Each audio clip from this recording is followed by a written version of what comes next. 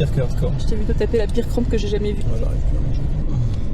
Tu me filmes vraiment comme ça? Ouais, je vais en souvenir pour pas que tu fasses les mêmes erreurs la prochaine fois. Il y a un mois, j'ai participé au trail du Tavignan en Corse et je n'ai jamais autant souffert de ma vie. J'ai fait plusieurs grosses erreurs sur ma manière d'aborder ce trail et je les ai finalement payées très cher. En fait, je m'étais fixé un petit plan, c'est-à-dire que moi je connaissais la première montée et du coup en fait je m'étais fixé une intervalle de BPM que je pensais pouvoir tenir sur environ 90 minutes jusqu'au premier ravito. Je m'étais dit que j'allais aller juste en dessous du seuil, environ 168 BPM. Et après, comme il y avait un repas sur une piste forestière pendant 5 km, je me disais que j'allais temporiser. C'était un peu mon plan quoi. Et aussi comme j'avais peur des bouchons dans la première montée, je me suis dit que j'allais faire un départ un peu rapide pour bien me positionner. Le départ est lancé comme prévu, je fais un départ assez rapide mais maîtrisé. Le truc c'est que je me suis tellement bien placé que au pied de la montée, j'étais un peu trop devant par rapport à mon niveau. Sauf que je regardais à ma montre, j'étais pas du tout à 168 BPM comme prévu, j'étais genre plutôt à 175 voire 177. Enfin, c'était pas tenable sur une montée d'une heure et demie. Du coup en fait je suis resté toute la montée jusqu'au premier ravito pendant 90 minutes à plus de 175 BPM. C'est du seuil en fait quoi. J'étais au seuil sur toute une montée de 1400 mètres de D+. En fait comme les jambes étaient bonnes, je me disais non mais ça va. Mais en fait c'est trompeur parce qu'il faisait chaud. Et quand il fait chaud, tu peux avoir des sensations pas trop mauvaises, mais en fait avec la chaleur ton cœur il monte haut.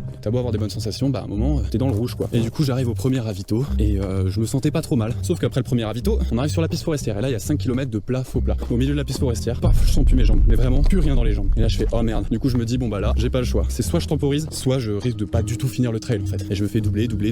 Ça a été un long chemin de croix, les jambes revenaient pas du tout. Et j'étais même obligé de m'arrêter dans les descentes tellement j'en pouvais plus. Et finalement en y allant au courage, et bah j'ai fini ce trail et je le finis en 6h16 minutes. Là où j'imaginais pouvoir le faire entre 5h et 5h30. Donc vraiment, j'ai limité la casse, mais j'ai quand même fait beaucoup plus lentement que ce que j'aurais imaginé. Et donc la conclusion de tout ça, c'est que j'ai finalement pris aucun plaisir de toute la course. Et en plus de ça, si j'étais allé vraiment en mode pépère, j'aurais probablement fait un meilleur temps. Donc voilà, ne pas se surestimer au moment de la course, ne pas trop écouter l'euphorie, limite partir un peu trop lentement, parce que le trop plein d'efforts en début de course se paye très cher en fin de course. Et là, pour le coup, j'ai eu une panne de jambe alors qu'il me restait encore 20 km, donc c'était vraiment un chemin de croix jusqu'à la fin.